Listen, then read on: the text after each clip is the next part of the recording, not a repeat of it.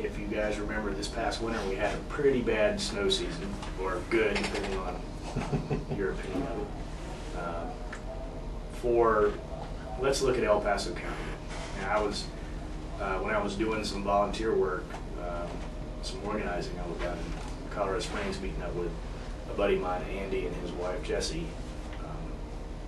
And they were talking about, down there's a very hostile environment towards Democrats, obviously, because that's the Republican, center of the axis of Republican values down there.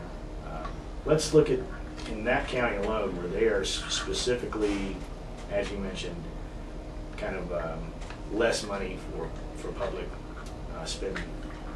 In fact, they're kind of the nexus of restrictive spending. And Andy and Jesse were telling me that by February 1st, because of all the snow that they had from January 1st, we had an unseasonably snowy winter.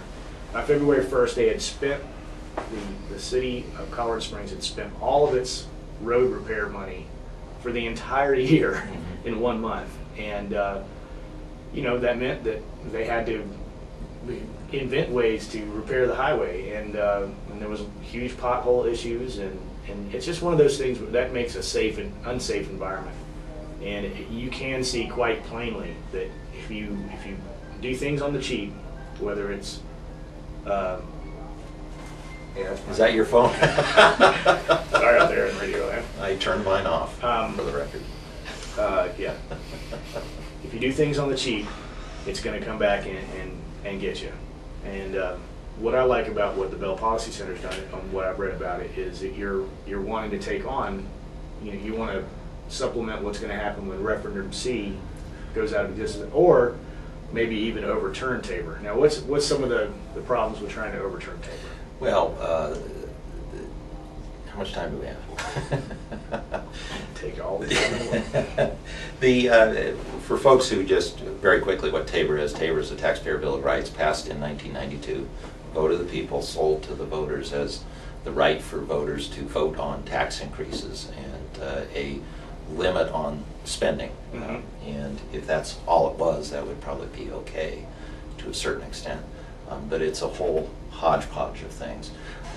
There are a number of problems with trying to overturn Tabor. One is that there's the parts of it that are very popular.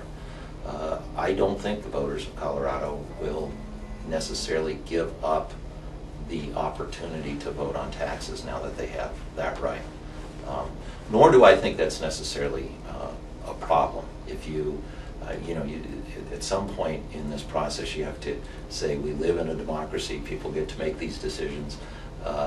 It should be that public officials, if they feel that they need more revenues, they should at least be able to make the case to voters for that. So that sort of thing about Tabor, while I'm not sure I would have written the Constitution that way, it's there. I don't think it's going to change, and I think we can do business under those sorts of restrictions. There are other areas of Tabor that are much more problematic. The spending limit sounds good. It says we're not going to grow government spending by more than population growth plus consumer price inflation. Well, the problem is the things that government buys for us grow at different rates. Healthcare grows much faster than that. We know what's happening with oil prices and gasoline. And of course, much of what you do with transportation issues or building roads, asphalt is petroleum based. Those sorts of costs increase faster than consumer price inflation. Wages increase faster than consumer price inflation. Thankfully, that's how we all get richer. We are a more affluent society than we were 20 years ago because our wages on average have grown faster than inflation grew. That's why we can afford computers that we never used to have. And so the point is that if you restrict government growth to that limit, then government isn't able to keep up, not grow, just keep up with the growth in the economy. That means we have less money to pay teachers to be competitive. It means we have less money to pay firefighters, the firefighter that you hope is well paid and well trained. It means we have less money to keep up with what's happening. We all know what's happening with double-digit inflation with healthcare. So it's an unrealistic limit, and yet it sounds so good that it's hard to make the case against it. Part of what Ref C was all about was to, at least for a period of time, overcome the problems that had created for Colorado. But Ref C, in terms of the lifting the lid, or lifting the limit, only lasts for 5 years. So yes, we are starting to look at, okay, where did that get us? What happens next? One of the people that really illustrated Referendum C, Kelly Fritz from AARP. Right. And I mentioned to her, I said, I thought Referendum C was supposed to bring in a lot more Medicaid money, because in the field that I work in, the psychologist took another pay cut in January because of Medicaid cutbacks. And I said, wait a second, I thought Referendum C was supposed to fix things. And she said, and this is the example she gave, which is very visual. She said, Referendum C, let's see, that's kind of like, okay, there was a drowning man and we were throwing rocks at him. And Referendum C stopped the rocks from being thrown, but the man is still drowning. Right. And I said, that's really a good illustration. So Referendum C has helped somewhat, but it's not really going far enough. And Tabor, if the voters were given a choice, would it have to be like a ballot initiative to overturn Tabor? Was it a 50+1 vote? Yes. So it was well, if you're gonna, if the issue is overturning Tabor, there actually would have to, for a variety of because it's written in the Constitution. Because it's written in the Constitution, and then after we passed it, we passed something else that you can only do one thing at a time, the single subject rule. We'd actually have to pass multiple measures to repeal Tabor, probably.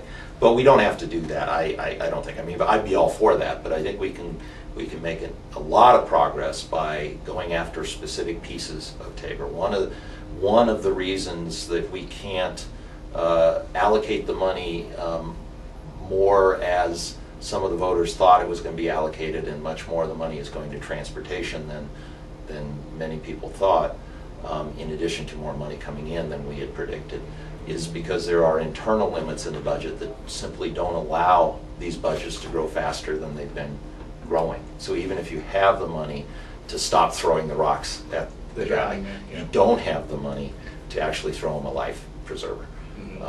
I mean, you have the money, but you have restrictions against doing it in the Constitution to follow that analogy further. So there are specific things you can do, certain limits you can go after. Frankly, the bottom line for us is, do we have enough money in the system to do what we want to do? The governor says he wants to cut dropout rates by 50%.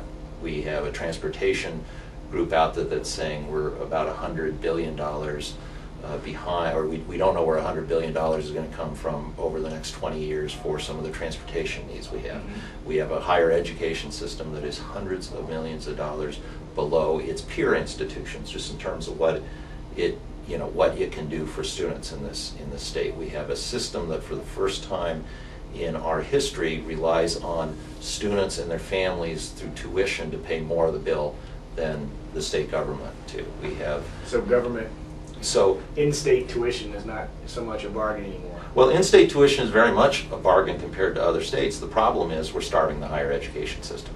If you look at how much folks are getting and the percentage, the relationship between in-state tuition and what the state's doing, what the state's doing is embarrassingly low. So we have all of these things looking forward. We need a discussion in the state, and this is really what the Bell Policy Center is going to be trying to do looking forward, is we need a discussion in the state about what we really want the state to be in terms of these very important investments.